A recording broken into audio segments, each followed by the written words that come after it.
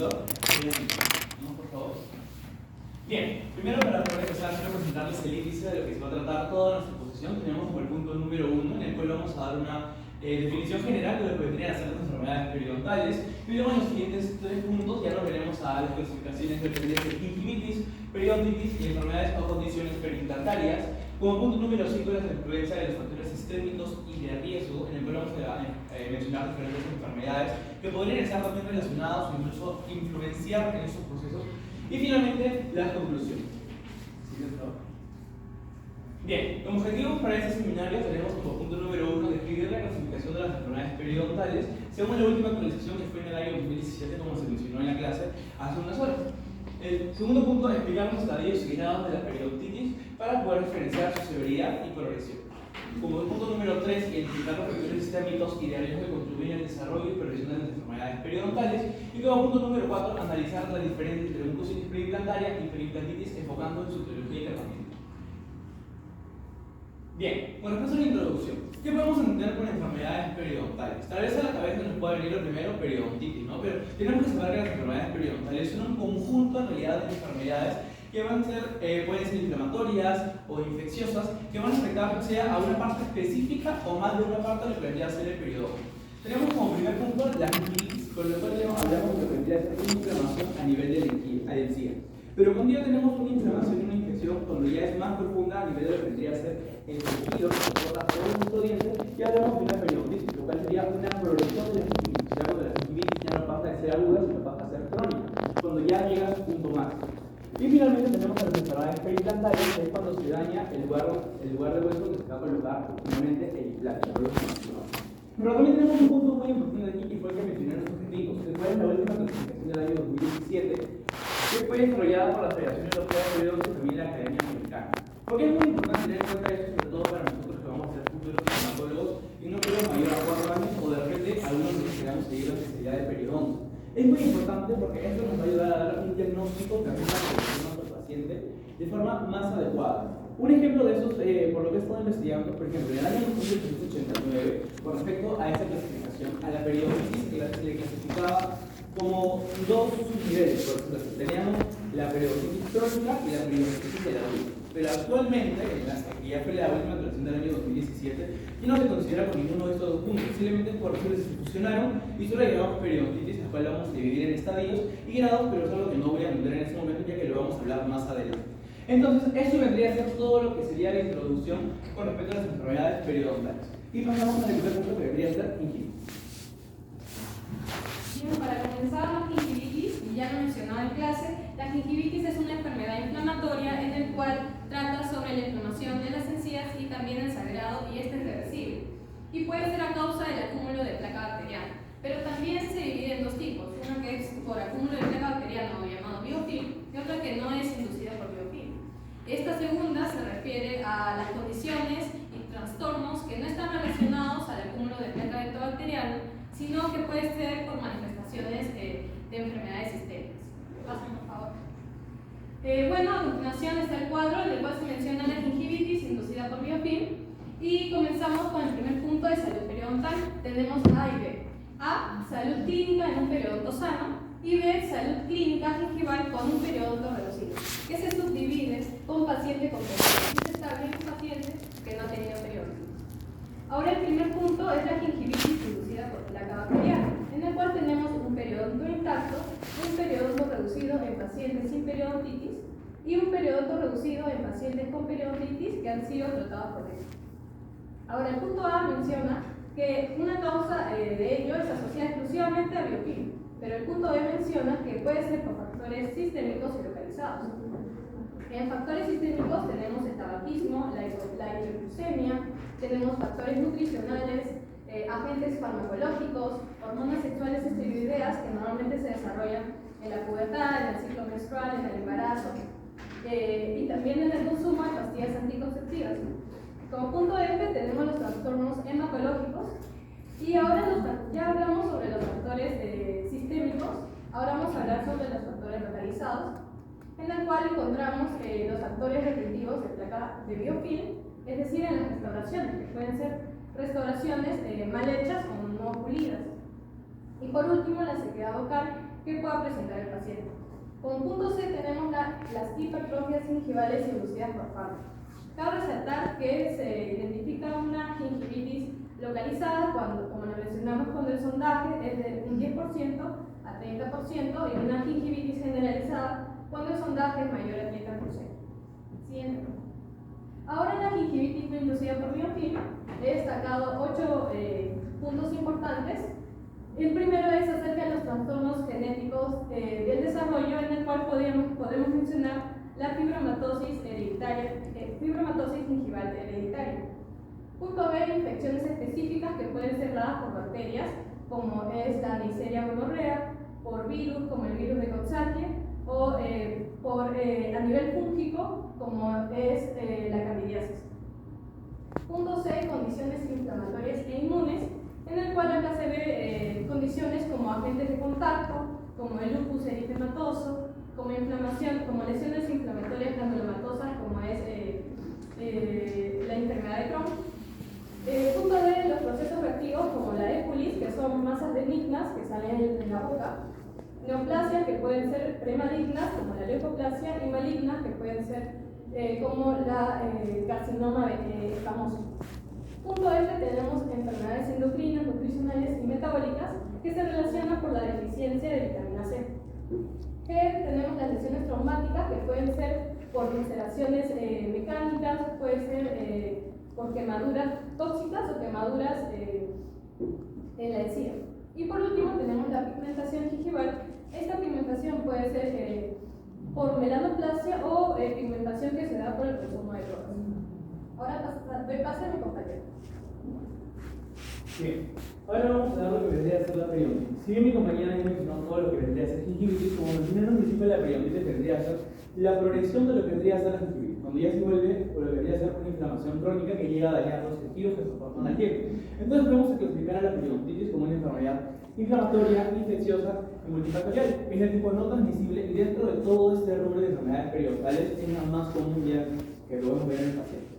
Según la última clasificación, esta la hemos podido identificar en estadios y también con respecto al operado. En el cual tenemos en los estadios del 1 al 4, en el cual vamos a empezar con el número 1, que vendría a ser la inicial, luego la moderada, luego cuando vendríamos ya con una periodontitis severa en los últimos dos. Pero con respecto al 3 y al 4 hay, digamos, una similitud, pero podemos decir que el 4 es como, digamos, lo que sigue, como vemos ante el 3, pero con un agregado adicional, ya que presentan, digamos, casi las mismas características.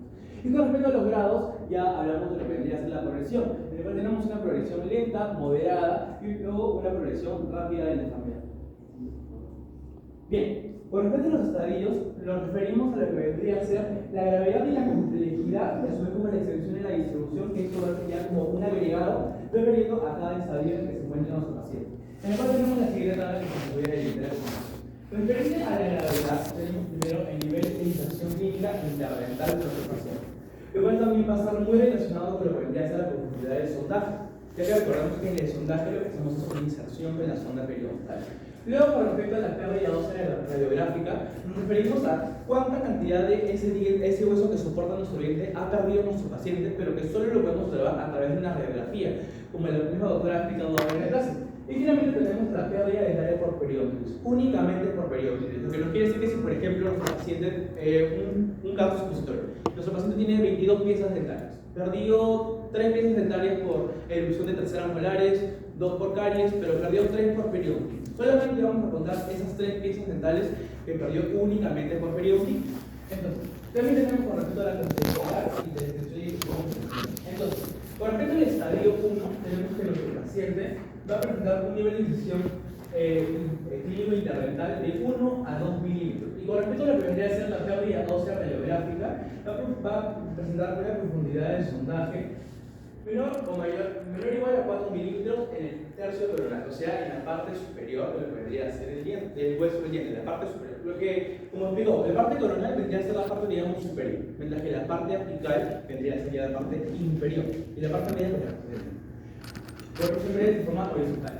Con respecto a lo que vendría a ser la pérdida por periodontitis, estamos, como podemos ver, en el estadio 1 y el estadio 2 no hay pérdida dental, no se pierde ningún diente de nuestro paciente. Y tenemos también aquí la pérdida, con respecto al estadio 2, pasando ya tenemos que el nivel de incisión clínico interdental es de 3 a 4 milímetros. tenemos también que aquí hay ya una pérdida ósea mayormente horizontal. ¿Y cuál es la diferencia entre estos dos? Que si se dan cuenta, acá menciono que es pérdida ósea horizontal y aquí pérdida ósea mayormente horizontal. Porque en el estadio 1 vamos a tener una pérdida ósea horizontal de manera uniforme, o sea que solo se va a dar horizontalmente. En el estadio número 2 se da mayormente horizontal, mientras que aquí es uniforme, si me dejo entender. Con respecto al estadio número 3 y el estadio número 4, tenemos que saber que el nivel de inflación interdental vendría a ser ya igual o mayor a 5 milímetros. Con respecto a lo que vendría a ser la pérdida ósea radiográfica en el estadio número 3, como podemos ver, tenemos ya una pérdida ósea de forma vertical, que vendría a ser mayor o igual a 3 milímetros, llegando ya a lo que vendría a ser el tercio medio. Y con respecto a lo que vendría a ser la pérdida dental por periodontitis, tenemos que es de 1 a 4 dientes. Ahora, ¿qué pasa con el estadio número 4? Que como les mencioné en un principio, es como, digamos, un agregado de lo que le sigue el estadio 3, ya que presenta, digamos, de una forma las mismas características, pero que esto tiene algunos adicionales, como piensa acá, se requiere adicionar el estadio número 3, en el cual vamos a presentar esos diferentes puntos, como por ejemplo el tramo cruzal secundario, lo cual se puede definir como una disfunción respiratoria presentada en nuestro paciente. Bien, habiendo mencionado todo esto con respecto a cada uno de los estadios, es muy importante saber cómo diferenciar. ¿Y por qué me refiero a esto? Porque, por ejemplo, nuestro paciente, les pongo un caso. Nuestro paciente puede presentar un nivel de infección interdental de 1 a 2 milímetros. Pero lo que va a mandar en realidad a poder, digamos, diferenciar en qué estadio está es la complejidad. Porque, como les dije, pongamos un ejemplo. Aparece aquí, en ese punto de acá. Pero lo que parece la complejidad es que tiene una elección de Furca grado 2 o 3. Entonces, automáticamente pasa al estadio número 3. Así presenta esta característica del estadio número 1. Porque hablamos de que la complejidad es lo que nos va a mandar a identificar. Ahora, con respecto a la extensión de distribución, como les mencioné, es un agregado que se da referente a qué tan avanzada está la enfermedad referente al estadio 2050. En el cual tenemos, como mencioné mi compañera anteriormente, que si es menos del 30% se considera localizada. O sea, en una pieza dental. Con respecto ya cuando es mayor a 30%, ya se considera generalizada, cuando ya afecta lo que vendría a ser a los cuadrantes. Bien, ahora les voy a hablar acerca del operado, para poder finalizar con lo que vendría a ser periodontitis, en el cual tenemos el criterio primario y los factores modificadores en los cuales incluimos los factores de riesgo. Por ejemplo, en los criterios primarios tenemos dos tipos de evidencias, que cuál es la indirecta y la indirecta. Actualmente, por lo que he estado investigando, normalmente los odontólogos más se inclinan a usar lo que vendría a ser la evidencia indirecta. ¿Y esto por qué? Porque como estudio es una evidencia, y si podemos observar aquí, que está justo en negrita, con lo que vendría a ser en cada uno de los grados, la evidencia que se pide de lo que vendría a ser la pérdida ósea radiográfica es en los últimos 5 años. Entonces, si bien es cierto, existe una historia clínica de nuestro paciente, pero a veces en el que el paciente, por ejemplo, recién está entrando a nuestro consultorio dental por primera vez, entonces no tenemos, digamos, un certificado exacto de que, por ejemplo, haya perdido una pérdida ósea, digamos, en los últimos 5 años. Por ejemplo, aquí, en el grado A, no ha habido pérdida ósea en los últimos 5 años. Con respecto al grado B, ha sido menor a 2 milímetros en los últimos 5 años. Y en el grado C ya es mayor a 2 milímetros en los últimos 5 años. Entonces, ¿por qué usamos la evidencia indirecta? Porque aquí ya usamos lo que vendría a ser la pérdida ósea por año referente a la edad de nuestro paciente. En el cual tenemos que en el primero, si es menor a 0.25 por año, lo identificamos en el grado A. Si es de 0.25 a 1 milímetro por año, en el grado B, y finalmente si es de 1 a más, y lo identificamos en el grado C. Pero aparte de esto, también tenemos lo que vendría a ser lo que explicaron anteriormente, el cual es el biofilm, que también está muy influenciado dentro de estos grados. En el cual tenemos cuando en el grado A tenemos demasiado biofilm, o sea, demasiado sarro, pero con bajos niveles de destrucción de lo que vendría a ser la pieza dental, ¿no? Con respecto al grado B, ya tenemos una relación. ¿Qué es lo que nos quiere decir? Que la misma cantidad que hay de biofilm en nuestra pieza dental va a ser el mismo porcentaje que va a haber de destrucción. O sea, si hay 50%, 50% también. Mientras que en el grado C ya existe, digamos, no hay una relación, es todo lo contrario. O sea que si hay mayor destrucción, pero no coincide, digamos, con la cantidad de biofilm que está presentando nuestro paciente. Entonces, ahora con respecto a los factores modificadores, que son los factores de riesgo, para finalizar ya tenemos lo que vendría a ser al tabaquismo y lo que vendría a ser la diabetes. Son factores muy importantes que tenemos que tener en cuenta para lo que vendría a ser la periodontitis. Tenemos que un paciente que es no fumador va a estar identificado dentro del grado A, mientras que un paciente que fuma, por ejemplo, al menos de 10 cigarrillos al día dentro del grado B, y si ya son más de 10 cigarrillos al día dentro del grado C. Igual tenemos con lo que vendría a ser la diabetes.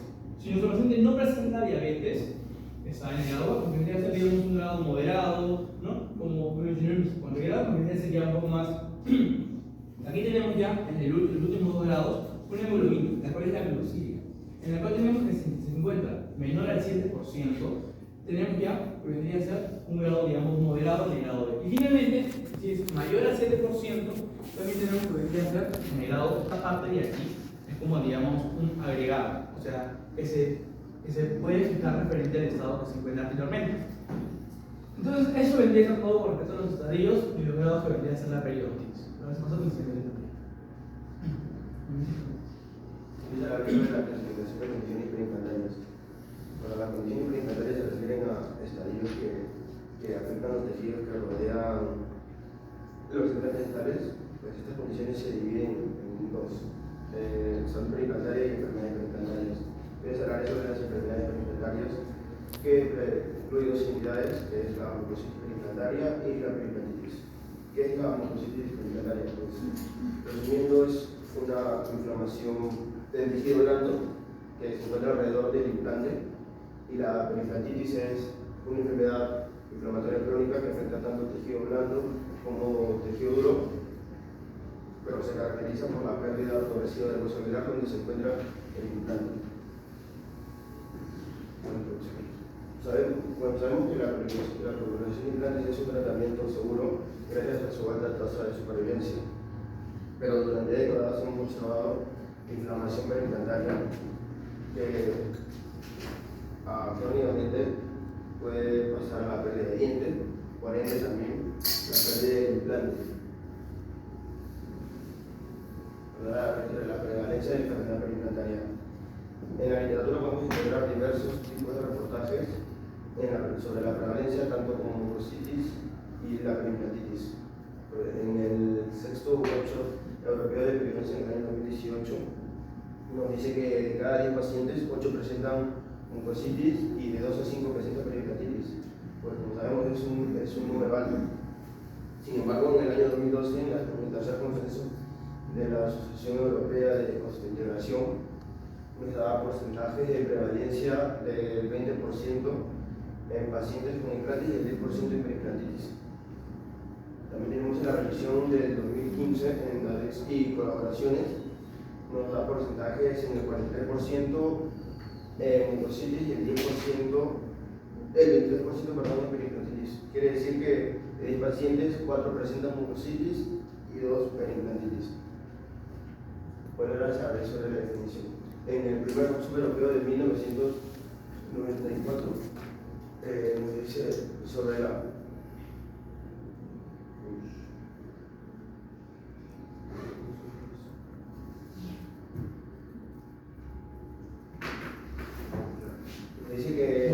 mucositis es una inflamación reversible en el tejido blando que se encuentra, como pueden ver, en el implante alrededor, que es un implante de infusión.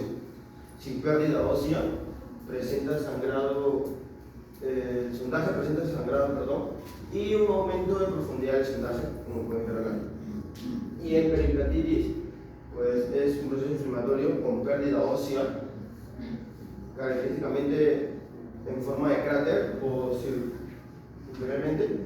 También presenta un porcentaje de sondaje, una profundidad de sondaje menor a 5 milímetros, con sangrado del sondaje y supuración.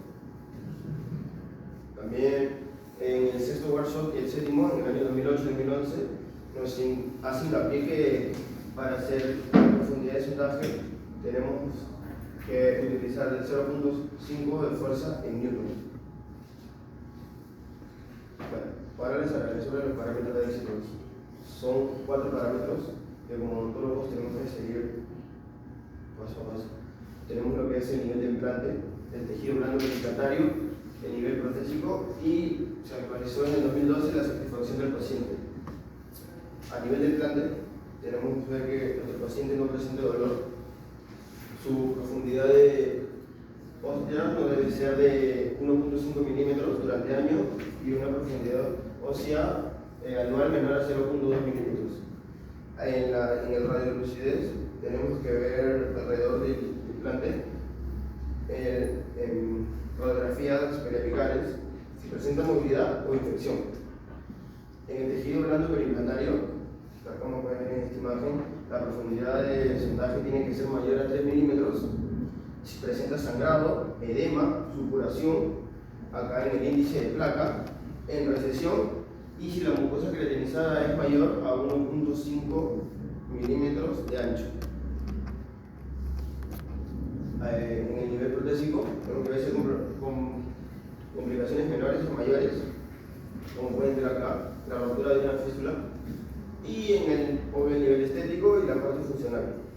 Y como les expliqué en satisfacción del paciente, si el paciente presenta disconfort, parestesia en la cirugía,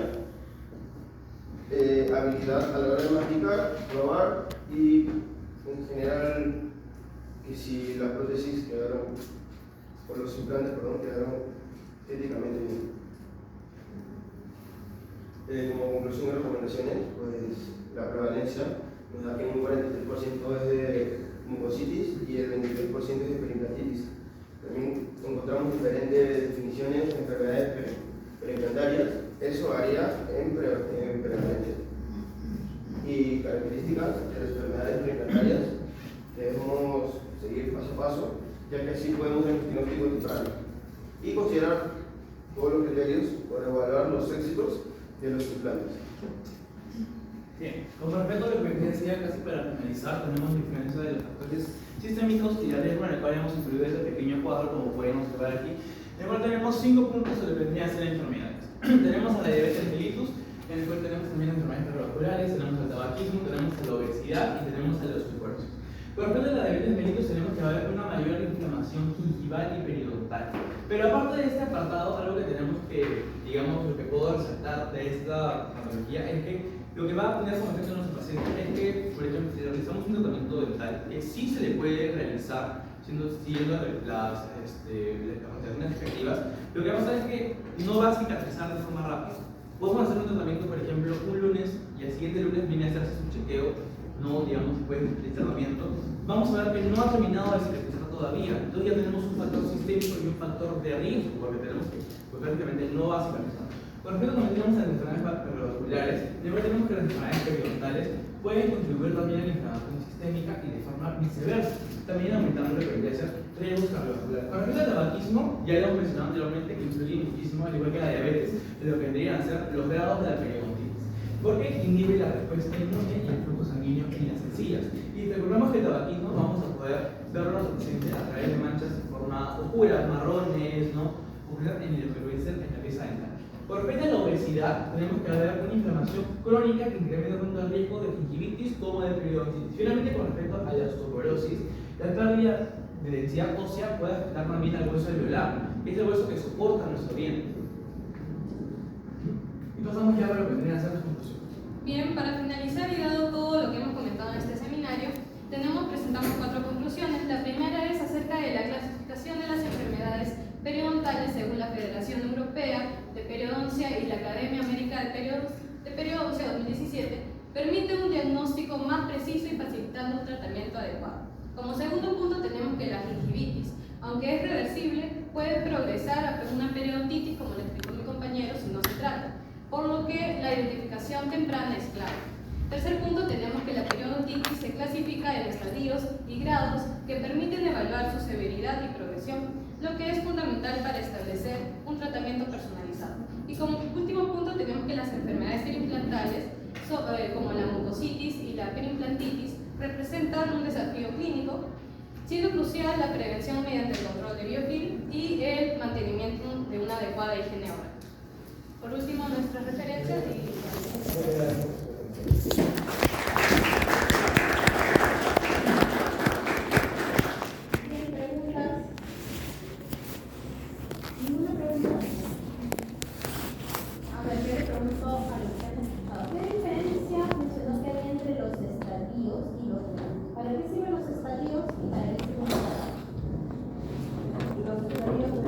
El grado de medición mediante el sondaje. Para ver qué estamos haciendo, pueden entrar a juntas, pero solo te vamos a nosotros preguntar en el estadio. no, ¿Qué diferencia hay en determinar el estadio qué determinas el estadio?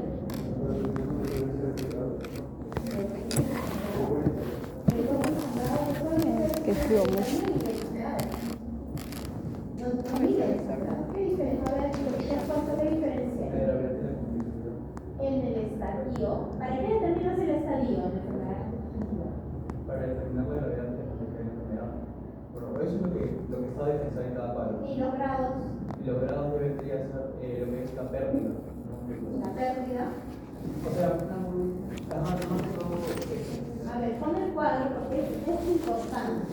Ustedes tienen que hacer en la parte teórica, he determinado más los estadios que determinar los grados, ¿cierto? El estadio te permite realmente determinar leve, moderada, severa, ¿cierto? Te permite determinar en qué condición. El grado te permite determinar, más que nada nos ayuda a una presunción, ponlo ahí en los grados.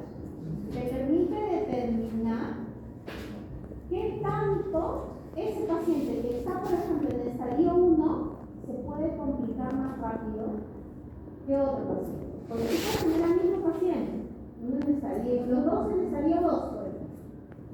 Pero uno fuma y el otro no fuma. Entonces, el que no fuma, que está en el estadio 2, va a estar en el grado A, o sea, la enfermedad va a progresar más lentamente. A diferencia del que fuma. El que fuma ya tiene una mayor tendencia a que esa enfermedad periodontal progrese y que también tenga más éxito en su tratamiento. El estadio como tal te permite identificar en qué nivel de enfermedad periodontal. Cosa diferente de lo que hace el grado. El grado simplemente es un indicador de qué probabilidad va a haber que ese paciente responda más rápido, o su progresión sea más lenta, o su progresión sea más rápida de la enfermedad. ¿Ven que hay una diferencia con el estadio? El estadio básicamente te permite el diagnóstico. El grado te permite el pronóstico del paciente. Ustedes han visto que el paciente te dice en cualquier enfermedad, pero ¿cómo estoy? Leve, moderado. Tú le dices, su enfermedad es leve. En el caso de la periodontitis, nosotros no está en el estadio 1, por lo tanto es una periodontitis leve. Pero después el paciente te pregunta, ¿me lo voy a recuperar rápido? ¿Esto sana rápido? Esto va a depender de los grados. Obviamente, un paciente que no tiene una enfermedad sistémica, una enfermedad diabética, no fuma, ¿bien? La edad del paciente, hay muchos factores que te va a determinar que sí, te va a ir bien, en poco tiempo tu encía se va a recuperar, pacientes. Pero si tienes un paciente diabético que encima fuma, ¿va a progresar de la misma manera que el otro paciente? No, ¿cierto? Va a ser o más lento, o de repente la enfermedad puede continuar, porque ya no solamente tienes el control del biofilm, sino que también tienes otros factores externos que va a complicar el tratamiento y la condición de la inflamación. ¿Okay? Por eso que esta clasificación incluye esos dos términos. Como bien decía su compañero, pueden haber dos pacientes en estadio 2, pero que la condición que tiene detrás no va a hacer que la evolución de ambos sea la misma. Ahora una pregunta más he prestado atención. ¿Por qué cuando su compañero habló de perimplantitis, hablaba que, por ejemplo, en el 2008 había más casos de mucositis en comparación del 2015, si no me equivoco, ¿cierto? Que el grado de mucositis disminuyó, incluso de perimplantitis? ¿Por qué creen? Aquí estamos haciendo un razonamiento de todo lo que hemos dicho. ¿Por qué creen? En el 2008 no existía esta clasificación, ¿cierto? ¿Por qué creen que había más casos de mucositis y perimplantitis que en el 2015 e incluso actualmente? Porque antes no se sabía tratar. ¿Por qué creen? Porque, bueno, podría ser una de las causas según mi apreciación crítica, porque en el 2008 de repente no había un seguimiento después de repente de colocar el implante de iniciación presión en la zona. Puede ser un factor, tal vez el seguimiento, pero recuerden que en el 2008 un implante costaba 3 veces más de lo que cuesta ahora. ¿Crees que un paciente que ha pagado tanto por un implante no le da un seguimiento? ¿Qué otro factor creen que influye? ¿Por qué bajó? ¿Por qué controlas, no hablando de eso, hablando de cualquier enfermedad? Les doy un ejemplo, el virus del papiloma humano es uno de los principales causantes de cáncer de cuello uterino. Si ustedes ven los niveles y las estadísticas anteriores en comparación de las actuales y lo que se espera en un futuro, ha disminuido ligeramente. Pero hoy en día ya es un protocolo colocar las vacunas. ¿Por qué creen que disminuye? Y ya otro cáncer es el que se está poniendo como el que más se presenta. Roberta Mama está ganando. Años atrás, cuello uterino era el que más se producía, más que mama. ¿Por qué creen? Porque encontraron que el virus del papiloma humano era uno de los principales causantes de cáncer de cuello uterino. Y hoy en día, ¿qué hacen? Ponen la vacuna, que la vacuna cubre justo las cepas carcinogénicas. Entonces, hoy en día ya han inducido a partir de este año colocarlo en hombres. E incluso van a sacar una vacuna para las mujeres y hombres después de haber tenido relaciones sexuales. O sea, miren cómo va evolucionando esto. ¿Y qué logra? Disminuir los casos de cáncer de cuello uterino. Ahora, vuelvo a la periodontitis. ¿Por qué años atrás había más casos y por qué actualmente hay menos casos de mucositis infiltrativas?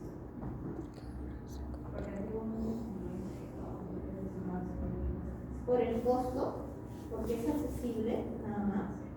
Eso va a asegurar que el paciente, porque ahí no estamos, entre otras palabras, estamos hablando de éxito de tratamiento. Pero como les comentaba en algún momento, puede estar tu implante bien puesto, pueden haber factores que originen inflamación. Pero ¿por qué ha bajado tanto ese porcentaje?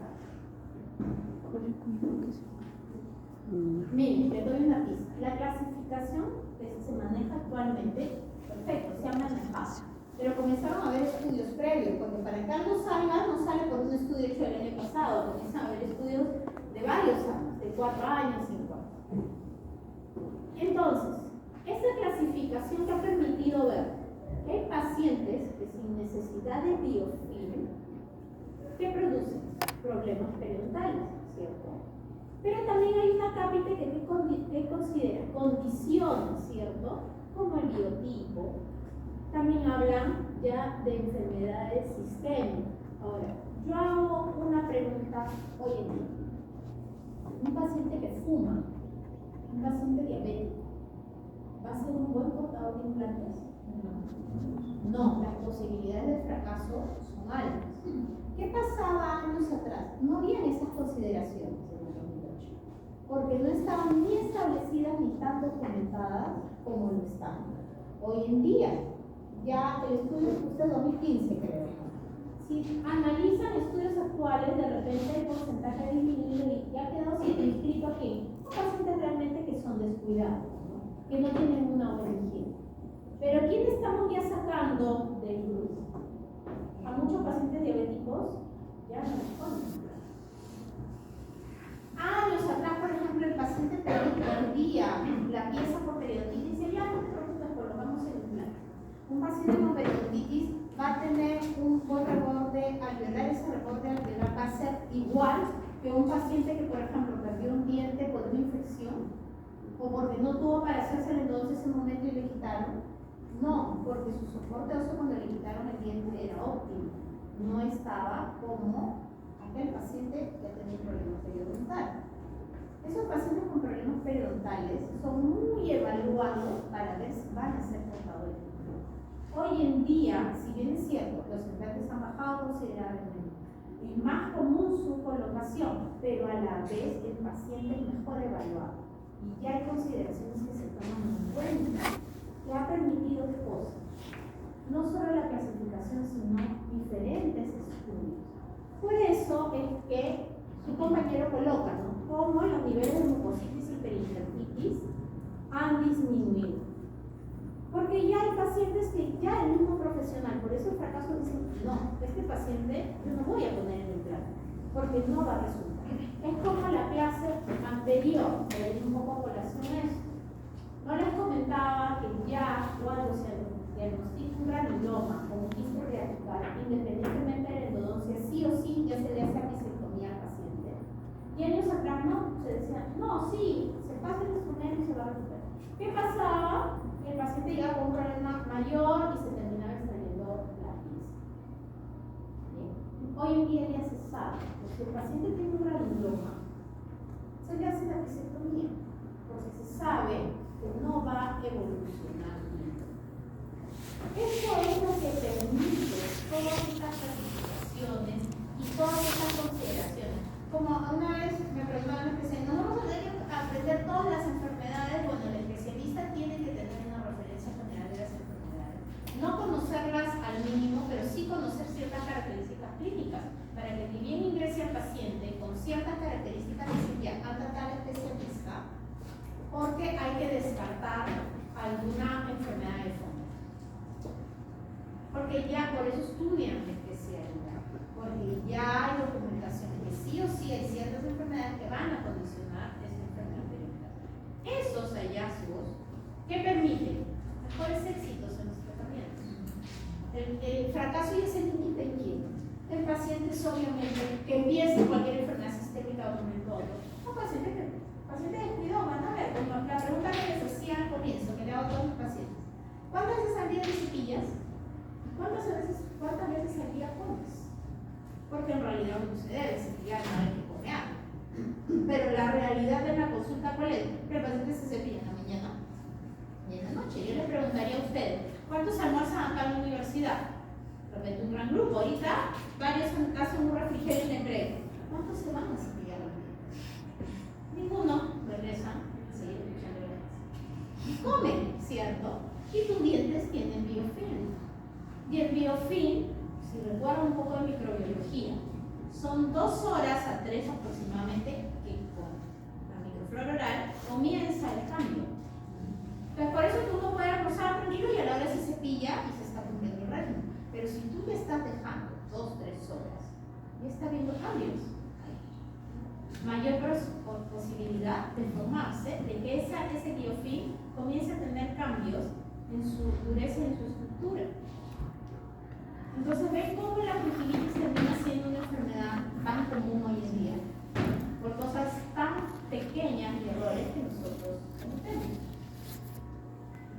Y ahí es que, de todas maneras, van a haber mucositis y pericarditis por ciertas condiciones, pero ya el éxito mejora y estas enfermedades disminuyen por la educación al paciente y porque ya se contemplan otras consideraciones. Y ya se sabe. Hoy en día, lamentablemente, la diabetes y el tabaco es uno de los principales factores de riesgo que alteran muchos tratamientos. Y en cavidad oral, el tabaco y el alcohol, lo vamos a ver más adelante, es un factor de riesgo, pero increíble, para muchos fracasos de tratamientos y para muchas lesiones premalignas. Por ejemplo, uno le hace un tratamiento de endodoncia al paciente y que le dice no fume. Sale, fuma, porque el que fuma, y te llama al siguiente día, se me hinchó la cara, claro, fumado, el calor está ahí, el proceso todavía no se resuelve, o debe ser que le hinchar la cara, o que le va a empezar a doler. Ya eso es un factor de riesgo, tú ya sabes que va a pasar eso, porque el paciente siempre en la historia clínica se pregunta, ¿fuma? ¿Cuántos cigarrillos fuma? Porque una cosa es el que fuma cuando sale a una reunión, pero hay pacientes que sí, dice, sí, yo mínimo me fumo 5. Ese paciente tú le dices que no fumé, Dios mío, lo están matando. ¿Sabes qué? Dicen, no, pero yo salí afuera y me aseguré, rapidito me apagué la boca para enfriar. No, pues un cigarro te va a alterar el tratamiento. Pero ya sabes que hay un factor de riesgo y ya no lo controlas. Igual pasa en los problemas periodontales. ¿Preguntas hasta ahí? Bueno, señores, eso sería todo.